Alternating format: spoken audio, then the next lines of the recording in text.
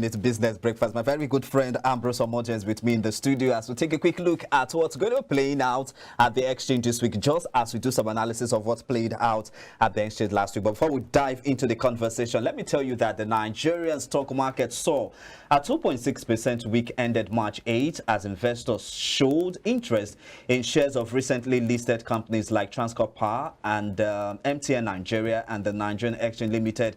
All share index and market capitalization saw gains reaching 101,330.88 basis points and 57.293 trillion respectively. Year to date, the market returns reached 35.52% with a month-to-date increase of 1.35%. Trading activity saw a total turnover of 2.15 billion shares valued at 108.82 billion naira across 51,556 transactions last week. I did mention earlier that Ambrose Omoja, Chief Research Officer, Invest Data Consulting Limited, is with me in the studio to do some analysis of the show. Let's get talking. Ambrose, good morning. It's a pleasure having you join me on the show today. Thanks for having me, blessed. Let's dive down into the conversation. Give us an insight about, or better say, an overview of what played out at the exchange last week, Monday or through to Friday. I would say it was a bullish market for 5 days. The market was in green for last week, and it's a good news for investors. But the good thing is that, when it comes to market dynamics, intricacies will come when it comes to numbers. We saw companies like MTN releasing a negative number, almost 774 billion loss. But surprised you in the market, they saw the potential in this company, and also knowing that it's not because of operational loss, as a result of what FS loss. We know that the potential for MTN is still there because of the usage of data and also core, importance of core. For that, investors have to rethink. When they saw the stock pulling from as high as almost 280 to almost 180, you see they just start jumping again at a low price because all look eyes is on the first quarter results. But I'll tell you that the FS challenge has not finished. That means we're likely to see another negative number. But one thing that the potential of the company is still there. That means if federal government and the monetary authority are able to fix the FS issue, that means in no distance time without seeing this company posing. You saw people going past the port. The life of Dangote Sugar and NASCOM, we saw a better result from NASCOM that kind of defy all the FS issue and Nigeria economy challenges. That is that a company that has good backward integration, these are the benefits. The government also to think wise that if we really want to make this economy to grow, let's give incentive to manufacturing sector. This is the engine of any economy. If you can industrialize Nigeria with low cost of fund,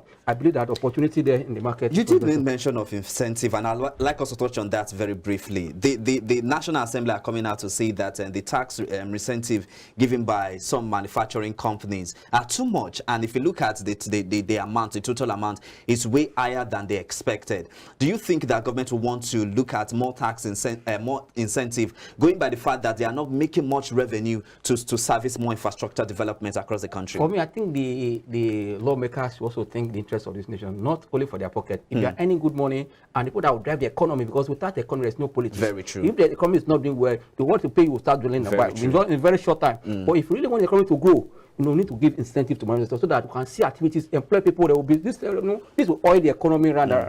For me, I believe that what government should do at this point is that yes, we have seen our problem. This is the time to fix it. No blame for the past president or the next president.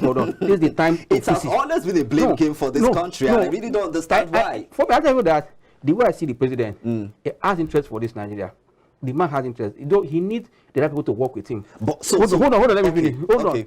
That zeal he has, you need to bring into action by, let's say, the first year in office. You should do something that will do at TSL, because you have seen people that are appointed this time. Also, if you look at most of them, they are politicians. We need people that will take Nigeria to the next level, not because it's my party member, because they worked with me when I was in Lagos State, because they worked with me when I was in Oyo State, or when I was in Pano. No. People that are capable, that will give you the right idea. Not people that first of all think on themselves before they think about it. People that will naturally think for what the economy first. I believe that we'll come out from somewhere. I say Nigeria is potential in Nigeria because a population anywhere in the world is a blessing. Yes. Without the blessing there, that means our economy will run. If you can put things that, for example, now you have an idea to roll out something, and you roll it out for almost 200 million Nigerians, you make money, you employ people. These are the things we need. But for the National Assembly saying that the tax holiday or tax cut is too much, for me, I say they should rethink. Why? Right.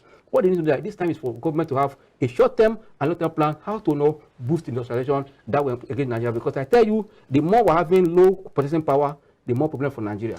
Time is really not our side. So much I want to counter with what you said, but time is really not our side. No, So leave it- another leave it day. to another day. Yes, Another leave it day. to another day. But finally, now, what's your projection for today's trading activities? It's the beginning of another week, another trading day, Monday, the 11th of March 2024. What's your projection for today? Those stocks that drive the market last week, already they're on the top list as we speak now. All right. I mean that the market is likely to still right. close in green. Yes. And it's a good start for the week. And don't forget, this is the peak of earnings season. The more earnings come about, all eyes are still onward on the major sector, the banking sector.